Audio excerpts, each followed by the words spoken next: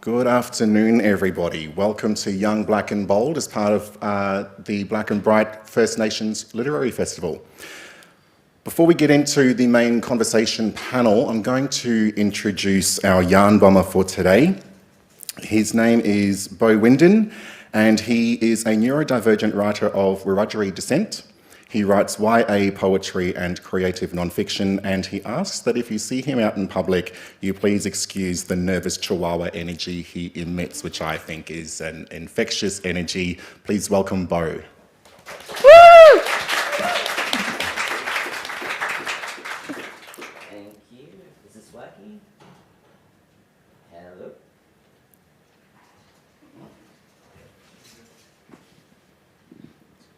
It's good? Oh, God, okay.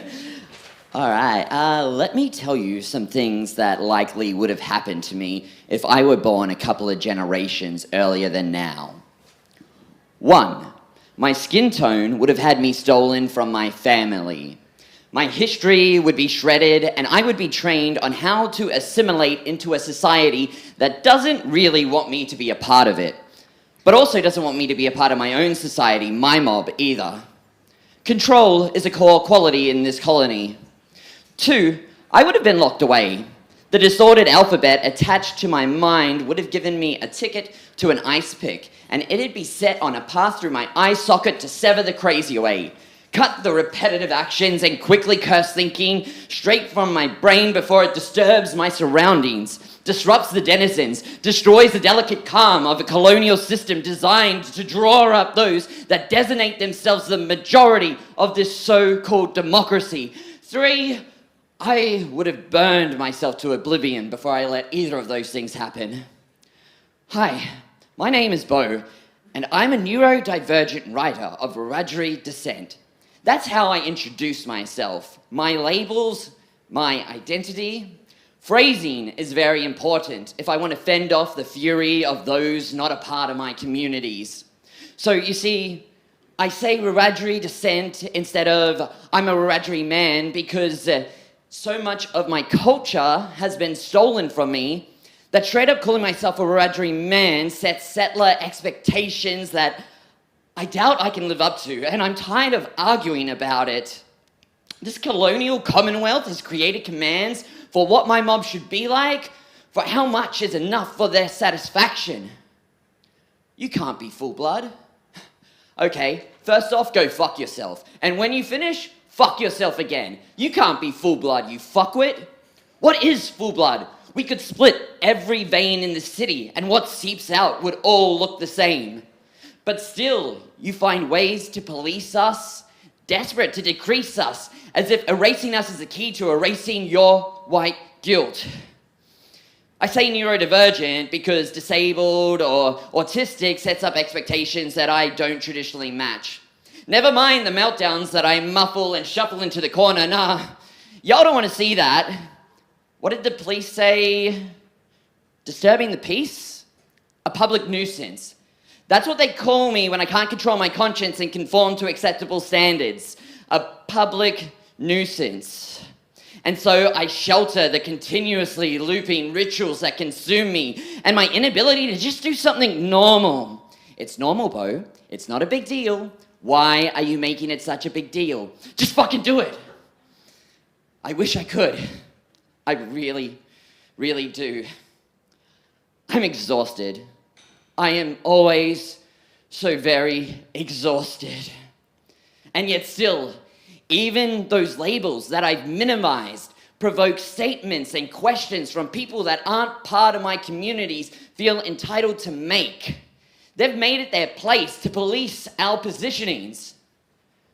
It's funny, you don't look Aboriginal. It's funny, you don't look autistic. And if I were to choose to leave this mortal realm, they would say, it's funny, he didn't look like the type to do that. I won't though, because I've been told that oblivion looks like shit. And right now, in this moment, me and my people, we're too proud to burn. Thank you. Wow.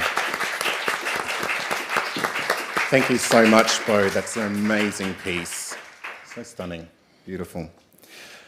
Good afternoon. My name is Bibi Backhouse. I am a Bardi Jawi descendant from northwestern Australia, and I've had the absolute pleasure of calling Naarm my home for the last 10 years. I'm joined on stage today. You will see, I'll start with the empty seat down there. Hello.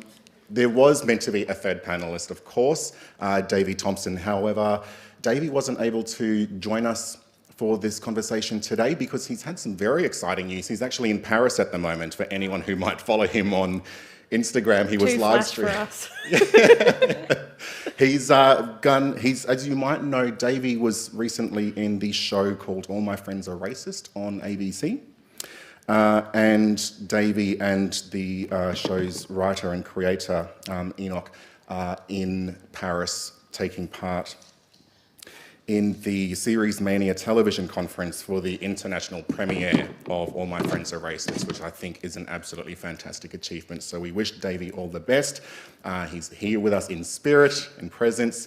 But two amazing people, women on my side here. We've got Jazz Money, who is a Wiradjuri writer, storyteller, artist, creator, who has recently published her own book of a collection of poetry called How to Make a Basket, which was just an absolutely stunning piece of work.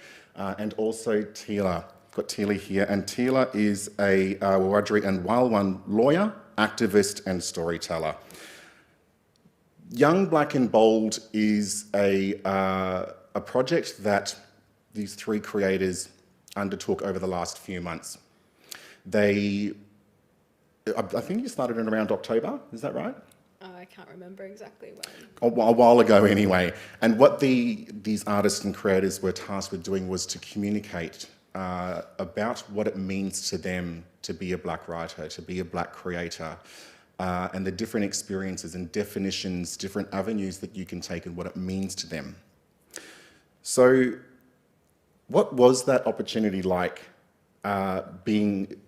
to be given an opportunity to express yourselves, to introduce yourselves to each other, but also to cement your place as writers and creators, and then trying to define yourselves? What was that like for you, Tila? Well, I think one of the initial things was, so the concept was we communicate via a medium, essentially, about these things: storytelling, writing, reading. And so initially it was really agreeing on a platform on kind of how we were going to communicate, whether it was email or WhatsApp or whatever. And it was just about engaging in a casual yarn. So we decided to have a group chat on Instagram, and obviously at the time it was still quite COVID heavy on our lives. So are we showing snaps of our conversation tonight? Yeah, today. So we just yarned through Instagram and it evolved from there. What about for you, Jazz? The same as Tila. It was kind of funny trying to figure out. I felt like it was very, very indicative of our like generational stuff and also like our various addictions, because we were like, I'm not going to email you because that's work, and I'm not going to text because that's like for mum, and so I think we'll be on Instagram because at least that's a place where you can kind of, I personally felt like it could be casual and it could be kind of spontaneous and responsive to life rather than like, I got to go send my email to the mob. Yeah. But it was really lovely. Like, it was just so lovely getting to know you both. And, I think we already knew each other on Instagram, but like actually having a reason to just like stay in touch and not like, give a fire emoji every now and then was really lovely. Yeah, and that's something that we were just speaking about in the green room, isn't it? How Black communities know each other without knowing each other. We know of each other and we support each other, but now it's an opportunity to actually connect and to come together with a cause. I want to explore with the two of you because you've both got very different backgrounds, and you both have different values that you bring to the worlds around you. What does Blak writing mean to you? What does it mean for you? Maybe you want to go first, because I don't feel like I'm a writer. I bet you're very good at talking about writing. Yeah. Well, Black Book Club, we kind of just amplify all other amazing writers and storytellers. I guess for me, growing up in my community was very pivotal in terms of how now I look back and go, I was extraordinarily privileged to have lots of oral stories around a campfire by my elders, in particular my grandfather. And I don't think I appreciated it at the time. Marinda, who's the co-founder of Black Book Club, who's here, it was essentially just from the beginning of the pandemic, we had a conversation just around ensuring that we maintain our connections to our communities, our culture, and our people. Marinda and I are both lawyers, so we were frontline workers right through the pandemic. That brought good and bad challenges with it, but it meant that we were both isolated from our communities. And so one day I was like, there's at Blackfella Book Club, it's a handle, it's available, let's start. And we just created the handle, shared First Nations stories, and it was really important to us to ensure that those stories weren't just in written form, that our communities are the, oldest storytellers on the planet, and we really wanted to share the value of that with the rest of, well, it wasn't even really sharing, it was just kind of like our thing in the beginning, and then it exploded through Black Lives Matter. We were reading ourselves on top of our day jobs because our jobs were quite intense. Like, at that time, I was a defence lawyer, so I was still going down into police cells every day, speaking to, people who'd been locked up overnight.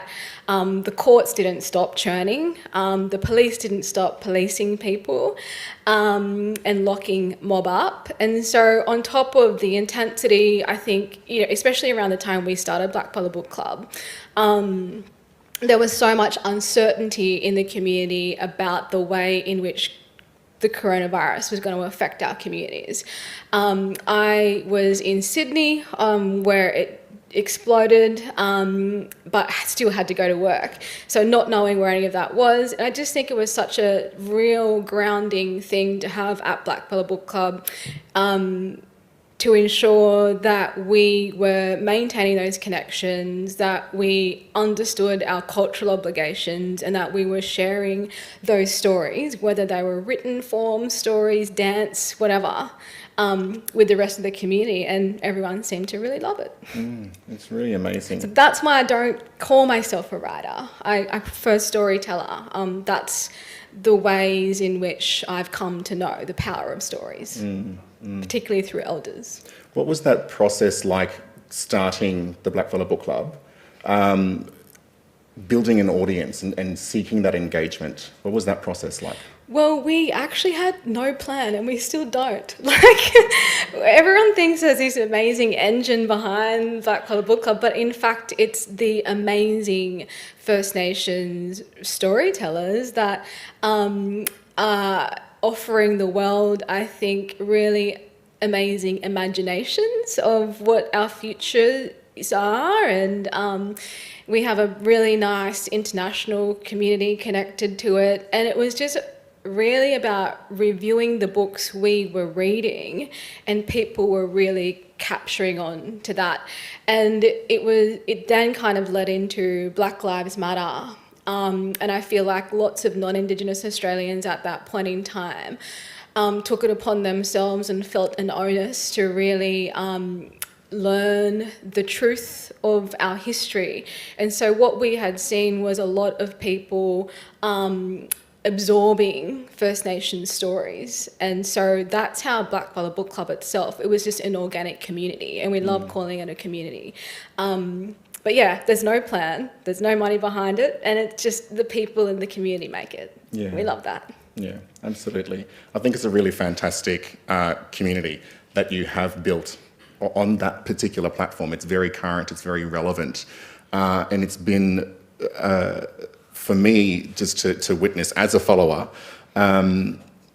really enlightening, because it's such a positive force. I mean, last night's festival launch, you know, the Melissa Lukashenko, the words that she shared around the level and the amount of Black literature that is out there being published, it really is fantastic. And unless you know, you don't know.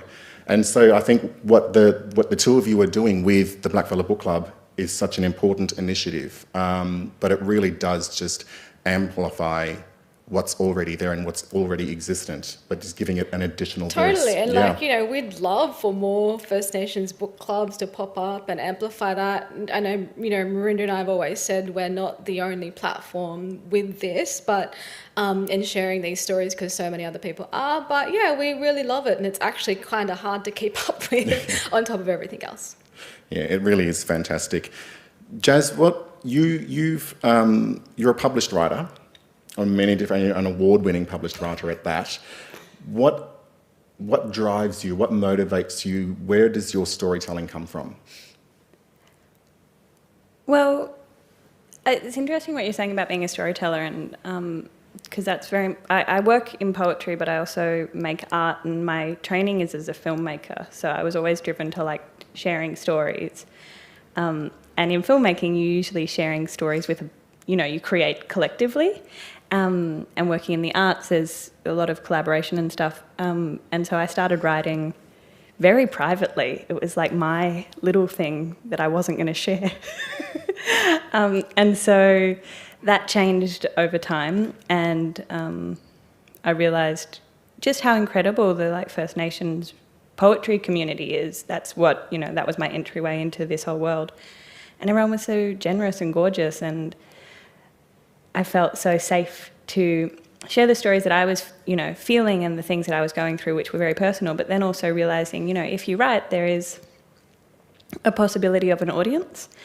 And when there is an audience, I feel like there's more responsibility, right? That, you know, if I have a voice that someone might listen to, then I want to be talking about the things that I think I should be like, that I really care about, you know. When I first started writing poetry, I was a bit heartbroken, and it's a lot of heartache, and it's a bit like, oof, bit self-indulgent. And then, you know, that has its place, and I think that writing is a really important place for connection and not feeling alone, and that you can, you know, read something like a heartbreak poem and be like, oh, that's okay, I'm in that. But also there's so many beautiful and powerful things that are happening within our communities, like, you know, as a queer person, as a First Nations person, but also a lot of really hard shit, and finding the space to be able to talk about that with safety and make those connections. And it is just the most incredible community. I think writing, I always thought from the outside before I sort of started working in it, I thought it was very solitary. And I've been so thrilled that it's absolutely not. It's the most generous, collaborative community of folk, and I feel really lucky for that. Absolutely, it really is. Do you personally identify as a Black writer? When you refer to yourself, when you present yourself, do you present yourself first and foremost as Black? Yes, I mean, I am. You know, I don't feel like I have a choice in who I am or what I am, and the things that I write are Black because I'm Black, even if the topic is, you know, nonsense. It's still Black nonsense. But I don't think of that as being a restrictive label, right? As, you know, being just a Black writer. Like, I think I am a writer with who is Black. And therefore that feeds into every way that I view the world. A lot of people have been doing some stuff lately, and people keep being like, you write a lot about, you know, the natural world and country. And I'm like, where are you living? Yes, of course. Like, there's no other option for me. So, yeah, I guess so. Yeah, because there can often be a bit of a battle against labels. You know, I remember, you know, when the plebiscite was happening with marriage equality, there was a conversation, it's marriage, not gay marriage. But I feel that the Black label is one that is so powerful and so strong, it will always precede any occupation or any other label or definition of a human being, that we will always identify ourselves as a black writer, a black painter, a black hairdresser, whatever it might be. We will always be black because we've had to fight so hard and so long to cement ourselves in society. So it's really fantastic. What was it like during COVID? Because Tila, you mentioned in your Instagram conversations that you touched on the challenges of finding balance, living in the pandemic, embracing storytelling, and the challenges that recent times have taken on creativity. What was that experience like for you? Yeah, I think this was around the time I actually was back home in Western New South Wales and actually got locked down out there while I was working my job, my day job. I'm a lawyer in land rights and native title, essentially. And so I was actually back home and got locked down, and then the conversations unfolded. And a lot was going on, like Western New South Wales basically got hit really hard with the pandemic. And so the priority was frontline responses to communities. I remember at the same time as well, I was in a Supreme Court trial and, doing that, zooming into Sydney, and then having family members who had children who were close contacts and having to try and isolate them and find food. I remember, so my family in Gilgandra, there was no food. We had to order food in a taxi from Mudgee. There was just lots of things happening that I think people, unless they were in those communities, couldn't understand how extreme and how abandoned Western New South Wales had become. So on top of that, I found myself not having the space to read for pleasure or to connect with my creativity because of all the other priorities going on. So yeah, it was difficult, but I think, How important was it for you to be able to have those creative outlets and those opportunities to read, to stay engaged? What does that do for you? I think it just gives you a sense of grounding in those stories and connection and purpose. And for me, it allows a different headspace. It's a different headspace from the continual kind of hard labour of my day job. And also it's a reminder that I have obligations that are all, and especially if I think about it through the lens of First Nations creativity and our purpose in being here, it reminds me that I have a cultural obligation to continue this, despite what the label may be in my day job So it's incredibly important. And I think there's not always safe spaces in our communities, and particularly the profession I work in, to explore your creativity. So, I think that's why Marinda and I have really embraced that part of Blackfather Book Club, and it's a reminder of our cultural obligations. It's really fantastic. I think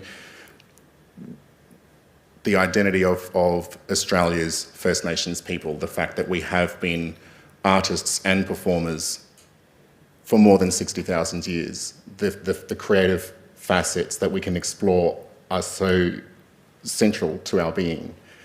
So I can only imagine those challenges of having a career that doesn't necessarily allow you for those creative outlets, but then to also have the additional pressure and stresses of, the pandemic, lockdowns, family and isolation, and also the geographical isolation as well. Jazz, do you think that the Indigenous population in Australia, especially the creative Indigenous population in those industries, received a different kind of impact through COVID? That's interesting. I think kind of thinking about the twin events of 2020 with the pandemic, but also with Black Lives Matter. At least from where I was, it felt like a very strong lens turned on our community, and a lot of people were like seeking our voices, and for better or for worse, right? I think a lot of doors opened very suddenly. I saw a lot in the arts community. A lot of funding suddenly appeared for Black voices, and I think that's really interesting that in a time of crisis, the strength of our communities and the importance of our narratives that have, lived through the apocalypse once before, suddenly everyone was like, there was a recognition of the importance of hearing Black voices. I also think that puts a totally unfair pressure on a bunch of folk who are already trying to survive the madness that everyone was trying to survive. And like you're saying, so many compounding things going on, and then someone phoning up and being like, can you write an article about blah, blah, blah? And you're like, yeah, sure I can. But I don't think it's a bad thing, but I do think it is really interesting how that was one of the results of a really intense time of crisis. Do you, for a First Nations creator, being, I suppose, put into a position where there are so many distractions and additional pressures, how did that impact your creative flow and those channels? I'm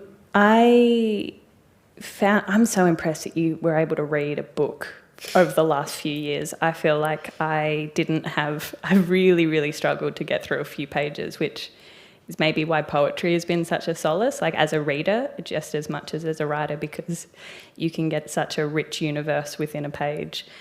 But in terms of creative output, I personally had a very strange pathway through the last few years, which was at the start of the pandemic, I was working full-time in a flash office job, and midway through the first year quit to become a full-time poet, which my wife at the time was a bit like, let's see how this plays out.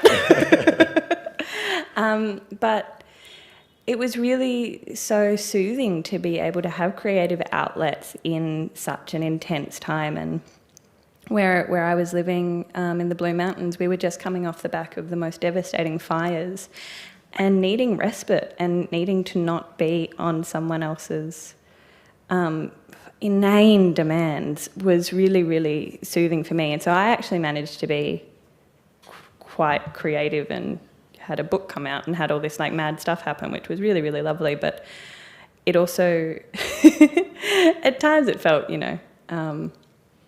is being creative the most valuable thing I could do right now? But also in a world that felt so mad and felt so isolating, that was also really important to be able to share creative output with people and find solace collectively, even though it was all, mostly being done online and stuff. Yeah. It really reminds me, Tila, of something that you mentioned in the conversation, which you said, the more I've wanted to change the world, the more I've leaned into my creativity. Oh. Which is just a stunning thing to say. It's a really stunning perspective. Does seeing other Black work inspire you to continue your own legacy and that of the community around you? Yeah, of course. I think that the creativity of other First Nations is extremely inspiring. I think for me it was a little bit of a different journey though, having kind of been so focused on a career path that kind of the more I kind of went through the ranks of that, and still in the job today, the more I'm realizing it's probably my storytelling creativity that is campaigning, activism, like even the stuff I'm doing, the activism around the Uluru Statement from the Heart, for example, where we've been campaigning, and Thomas is here in the audience, like literally travelled the country, trying to move the nation towards a referendum, and there's no rule book to that. Like that is actually grassroots creativity at its core, and often people will go, whether it's the storytelling, the writing, or doing the op-eds or whatever, often we will sit in community groups or on Zooms, as we did through the pandemic, and try and find creative ways on how we're going to distill this huge issue and move people and bring people on this journey.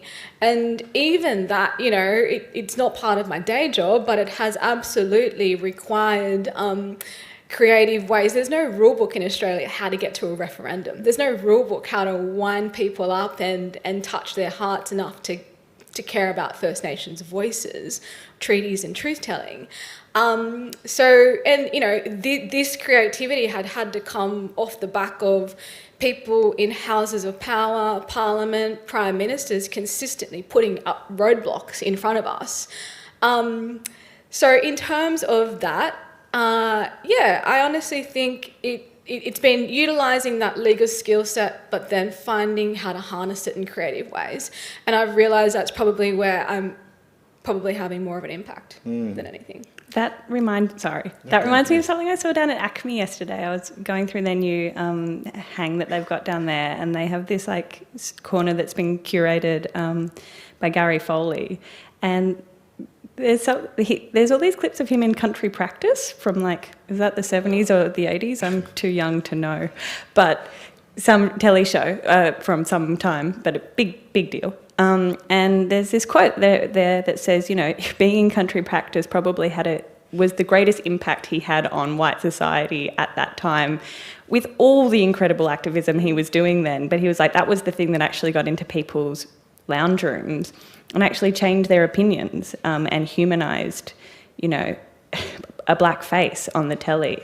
And I think that's really interesting, right? That someone with his incredible degree of research into this space and knowledge in this space can still say that, no, being on a soap was like, it's narrative that drives people, right? Activism can be really hard and fraught, and, you know, lecturing people only works so well, but it's actually our creative outputs that can make really meaningful, you know, human responses.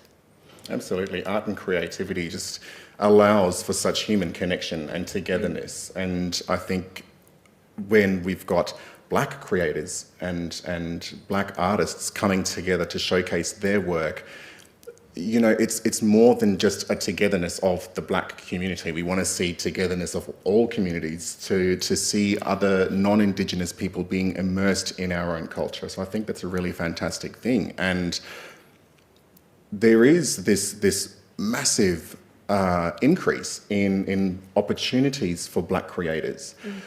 Do you think that there is an increase at the same time of non-Indigenous audiences actively seeking black content? Yeah.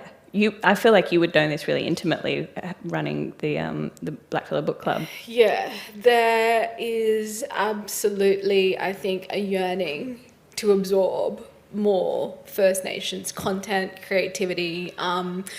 I don't know if that was compelled and amplified by the Black Lives Matter stuff, or whether there actually is a shift in consciousness in this country. But we have witnessed behind the handle of our Blackfellow Book Club an enormous amount of want to be directed into, you know, appropriate spaces. But also, we've also seen, on the other hand, I think, publishing houses really reach out for First Nation stories. And I think, I'll just say, we've definitely seen it. But it's not a surprise, right? Because our stories are also so fucking good. Like, look at everyone who's been winning the big awards for the last few years. I think, you're so right. Like, it's obviously happening. I think one of the things that, like, there's this something in my tummy that consistently says to me, there's a tension between, I think, the want for the story, but then also who has the authority to tell a story. And this totally just comes from my upbringing. You know, some things that I was told, no, like, that's not for everyone to consume, in terms of our laws, our stories about our land, and we share them when we want to or when we're obliged to. But at the same time, our stories are powerful and they're sacred. And actually, you know, as much as there is a lust from capitalism to want them, we don't have to give them up out of our communities. I think that's a really important, like, it's so true. But also there's this fear that I have, which is it seems like publishing houses a little bit are racing to get stories and maybe not investing in developing people and actually putting in culturally safe frameworks and actually checking that everything's okay. And we need, I mean, there's also some incredible things that are happening in Black publishing in this, across this continent, but it is an interesting tension, right? Because you can see that people are getting ripped off as well, and they're getting used. But the flip side of it is that there's platforms, more platforms than ever before, and an appreciation of the incredible, you know, scope of Black story. There is a very fine line, isn't there, between promotion and showcasing and exploitation. And I think that's something that's just so common, and it's been so common for a very long time, since, you know, the explosion of art and entertainment in mainstream Australian platforms, with the showcasing and provision of Indigenous creators and performers. Do you think that with these differences that we're seeing within, between white audiences, Black audiences, and Black content, and this spike and this increase of opportunities, do you think that the Black community is prepared for that? Do you think that, because it's only going to, and my opinion is it's only going to increase and it's only going to get bigger and better, do you think that we're ready for that after so long of being suppressed and being oppressed, that we're ready for it, that the white community is ready for it? Tila, what do you think? I can't speak on behalf of the readiness, I guess, of communities in that potential opportunities that might come. But I think at the end of the day, everyone has individual agency. As Blackfellas, we have accountability to our communities. How we tell stories, there's a lot of protocol that goes around that. And it's not always aligned with the way in which capitalist publishing houses might want a story to be written, or even, you know, often, for example, I write in newspapers sometimes, and what I want to pitch might not be the story they want to run with. But then I'll refuse to have that go to print. And I just think that people, there's one lesson my grandfather taught me, and it was just to always follow your intuition, always follow your instincts, and that leads you in the right path. And so that's basically my guiding principle in it all, and whether or not other people are ready for what might come, I just think it's understanding your individual agency and your community accountability issues. Yeah, absolutely. However that pans out, it'll look different for every First Nations community. Yeah, of course. Jazz, as a writer and creator, what do you think? I think it's a really interesting question. One thing that I am seeing, that I feel like I'm seeing a lot, particularly in, less so in writing actually, I think this is kind of, the writing community is doing a better job of this, but in the arts and in film, there is so little investment in young people coming up, or people who have not been trained with mainstream tools. You know, if you haven't been to university, there isn't recognition of like the incredible knowledge of our older communities as well, who have fought so hard and are the most incredible storytellers. But there's all these opportunities for people who are experienced, and not investment in actually getting people that experience. And I think you're setting yourself up hugely to fail if you don't have these sorts of development programs that are actually bringing up people in safe ways. And this emphasis that people have to be in the city, right? Like there's no safety in that. That some of our most brilliant thinkers across this continent are living in rural and remote communities, and they shouldn't have to relocate to the city to get the recognition and the support and the, you know, all the financial things that come with recognition and support. And I think that's a really interesting tension that's kind of only being figured out at the moment. I feel like I'm having a lot of conversations with arts and film people who are like, how do we get more black fellas into our organisations? And I'm like, well, who are you, like, are you working with young people? Are you working with your local schools? Are you like actually building grassroots communities that exist? Or are you just hoping that you're going to find someone who's already been in the industry for 10 years? Because actually those positions haven't been there for very long, and actually a lot of people haven't had the opportunities to upskill in those ways. And I think that's something that I'm really looking forward to seeing change. I'm looking forward to seeing that investment happening, you know, at all tiers in much more diverse ways, rather than just hoping for the CEO level or whatever it is, right? Yeah, absolutely. And can I just say, what you were saying about young people really reminded me of one of the books Marinda shared with all the young people from out Western New South Wales. Go on the handle. But my point is, you know, written form can be really scary. As a black fella, especially, like, it's wild. Like, I'm a lawyer, and my day job is words, but I'm terrified of writing. And you think about, even with that skill set coming through an undergrad, a postgrad, really serious practice, and the fear that it, you know, the overcoming of the fear to put pen to paper, and then thinking, you know, Jazz, about what you've said about building the capacity of our young people. There's some amazing books that we shared, and I'll find the name of it before we go today.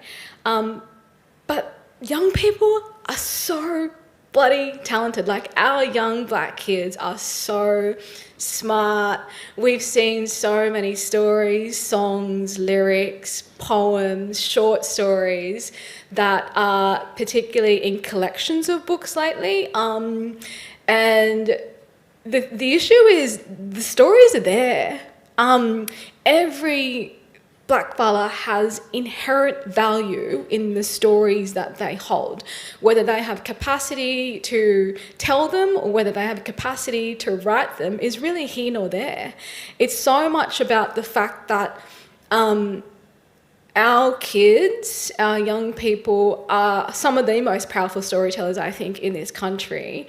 And it's just that amplifying that from the ground up will take some work, because yeah, it's been amazing what we have seen behind the scenes of Blackfella Book Club. You know, kids who are on country, speaking truth to power, ready to tear down the colony, like, they're coming through, and it's so good to see. It really is. And I think it's testament to the impact and the value of communities that you're building as, you know, as the moderators of that community, but also the creative community as a whole. It's a really fantastic initiative.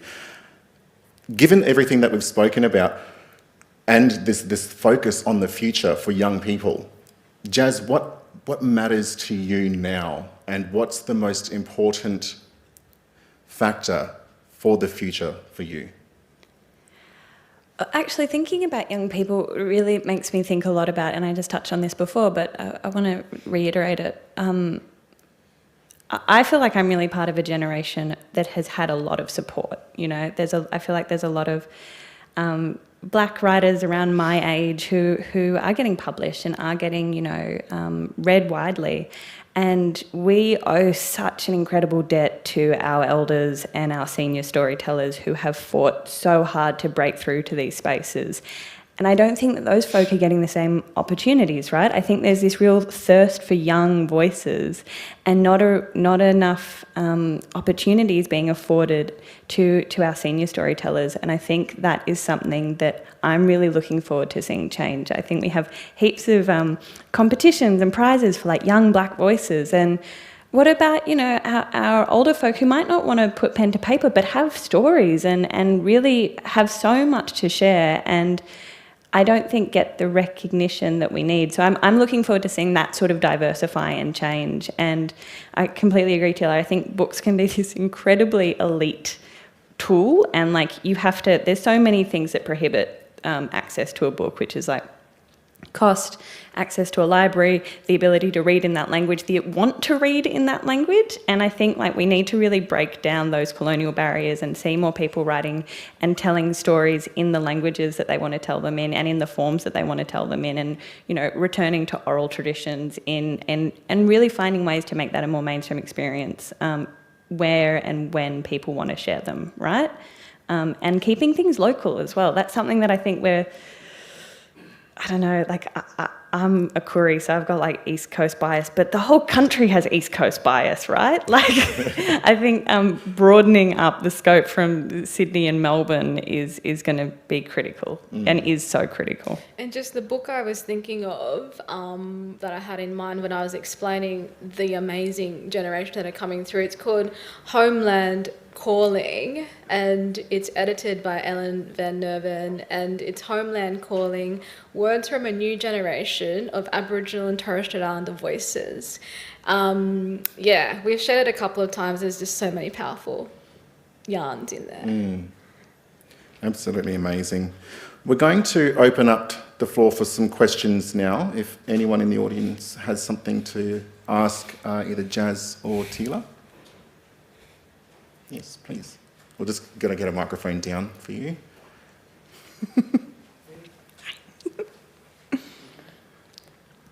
You know, Tila was just saying before how sometimes you know people online, but you never met in person, and that's my case. I follow Blak, follow Blue Cub, and I follow Jazz as well, so that's the first time I'm seeing her and you, so that's great. As an Afro-Brazilian, you know, as a settler here, what is your influences on, like, that you get from African diasporic writers, you know, from the Americas or otherwise, from Africa or Europe?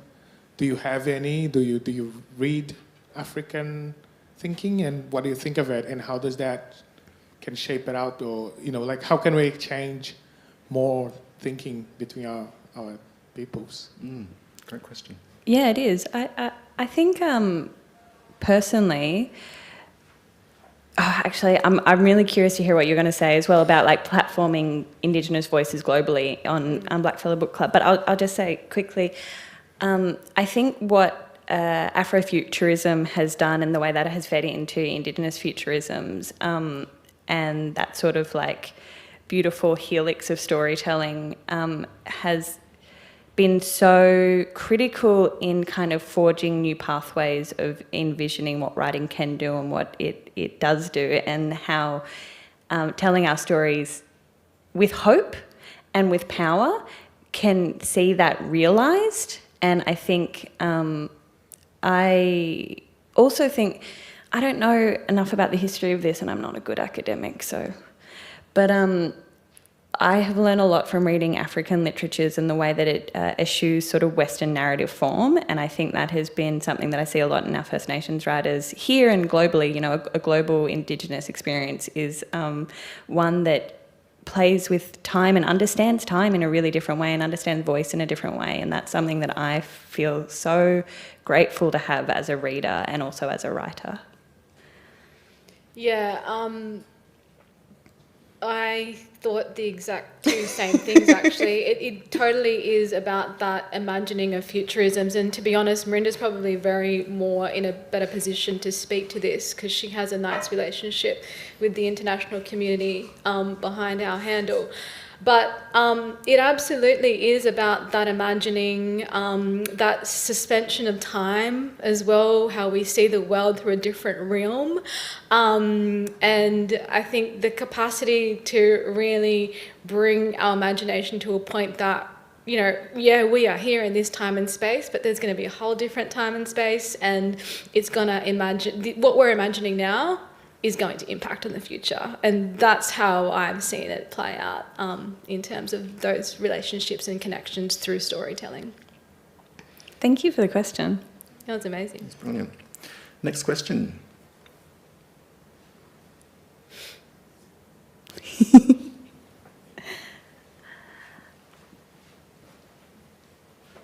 I have a question for you, just quickly. Did you feel that you were young enough to be on something called Young, Black and Bold? No, I'm so too old for this panel. when Davey came on, I was like, oh, that's young. Like, that's sassy. I feel tired. Yeah, totally. Be handing over the button next year. Do you reckon it could have been young, black, and or bold? Yeah. Young, black, or tired. Next question, please. Quick question for Tila and Jazz. What can we look forward to in terms of your writing and storytelling next? Yeah, what about you? You keep saying I'm not a writer, but I know that you're a writer. Yeah, well, predominantly though, my writing has been in the non-fiction space. I probably would be more like of an essayist than anything else, really. And yeah, I like my kind of 700-800 word op-eds here and there when I have an opinion on things. I seem to be not, short of an opinion. I'm the contributing editor to the Griffith Review coming out next month. It's based on my first essay. It's going to be a super awesome edition. We have so many First Nations writers in this edition that are going to come through, and it's totally the reckoning on page. We've got Marinda talking about storytelling. We've got Thomas talking about, the critical issues of Possession Island and that clash of narratives between the Carreg and what Cook's written stories are, and about how that goes to the reckoning of our country. My new essay coming out is on the power of the First Nations matriarchy and warrior women reckoning with the colony. And I think it's just going to be such a powerful contribution to First Nations literature about really, bringing to bear, I think, before this country, making this country turn a mirror on itself. Looking at itself in the mirror and confronting its own truths. And there's some other huge writers as well in there. But other than that, look, I'm considering exploring fiction, but I'll just leave it there. That sounds so exciting. I can't wait to read the Griffith Review, but also the fiction. Yeah. Which I find is incredibly hard, by the way. Especially my skill set is to be persuasive and formulate an argument. It's very different headspace to the creativity stuff. So yeah, how about you? I completely agree with that. I keep wanting to write a novel, and every time I finish a page, I'm like, it's a damn poem. I can't make the words sit in the right order and all that stuff. I'm writing poetry. I'm also working on some kids' books, which is really, really fun. And also trying to balance it against art and film. I think I need to have 3 bodies that can do these 3 different careers simultaneously. But making some really fun films, working with the NFSA, the National Film and Sound Archive. I'm sure we've all had a touch of the archive fever where someone opens up a box and says, do you want to have a rummage around? So I'm so deep in archives at the moment, which is really, really fun. But yeah, I guess trying to stay sane and be a good person amongst all that as well. It's always important, isn't it? Yeah, I think if you let the creative arts and the ego that's kind of attached to it go to your head, you'll lose your damn mind. So trying to not lose my sense of self through all that as well. That reminds me of a quote from the conversations that you made, Jazz. If you do what you love, you'll never work a day in your life. It seems like it is actually, if you do what you love, you'll never be able to switch off, which is a very true representation, I feel. Do we have any other questions from the audience? Yes, please. Thank you. My question is emerging as it's coming out, so it might feel a little messy. But Tila, I was interested in, there were 2 kind of words and metaphors that struck me as you were talking about.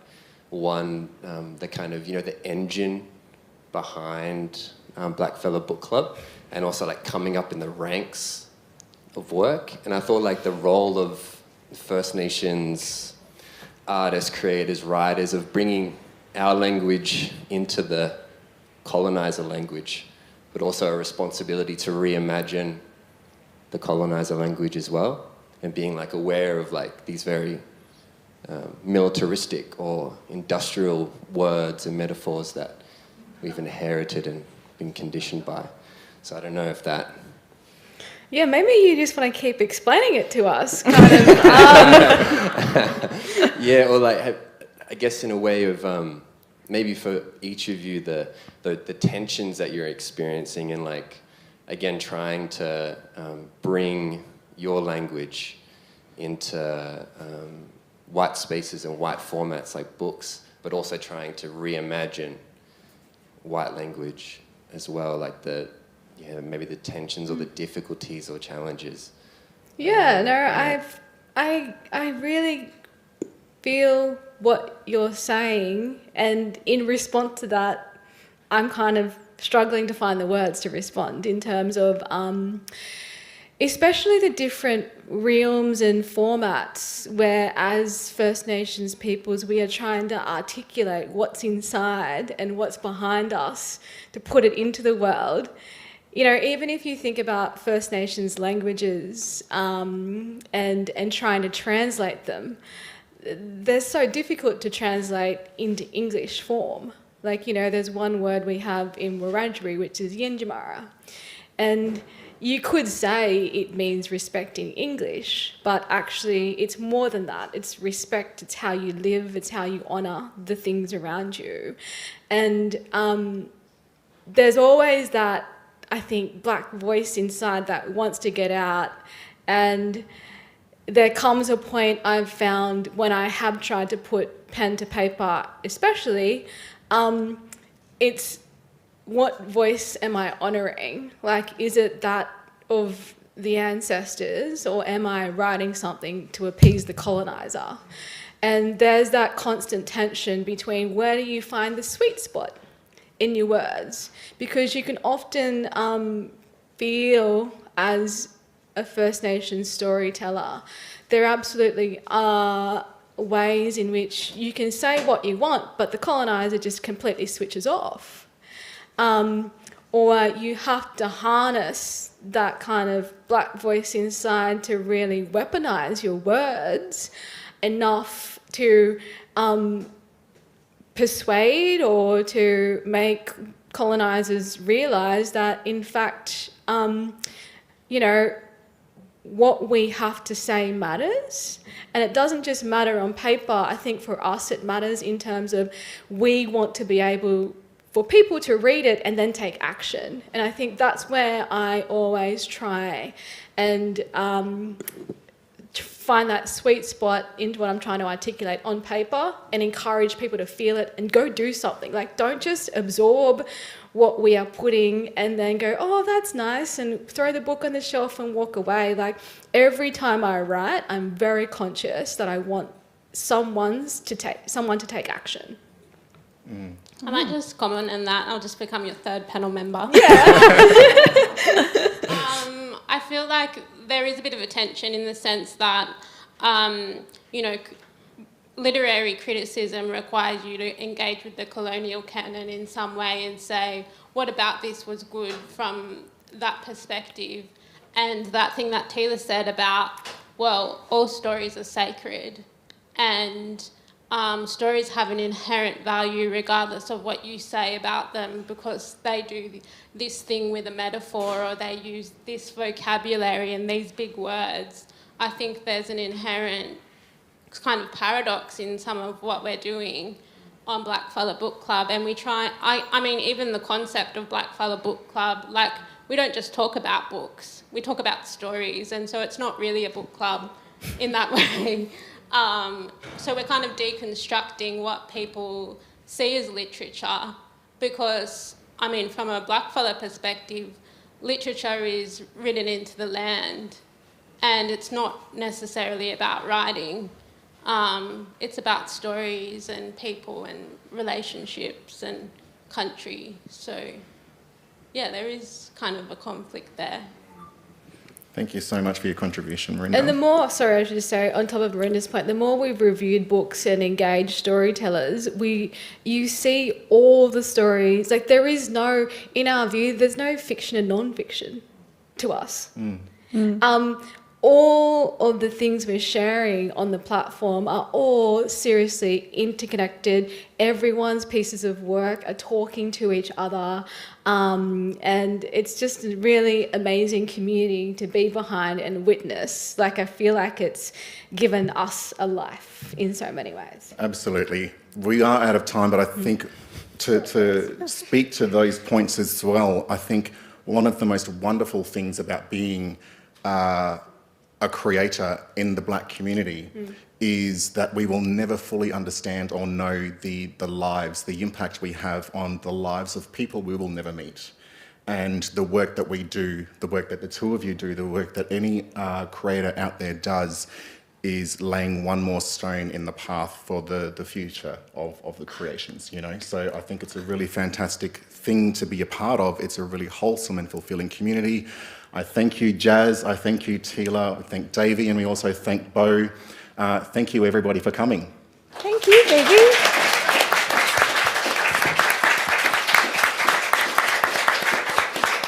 What a beautiful metaphor to end on. That was stunning.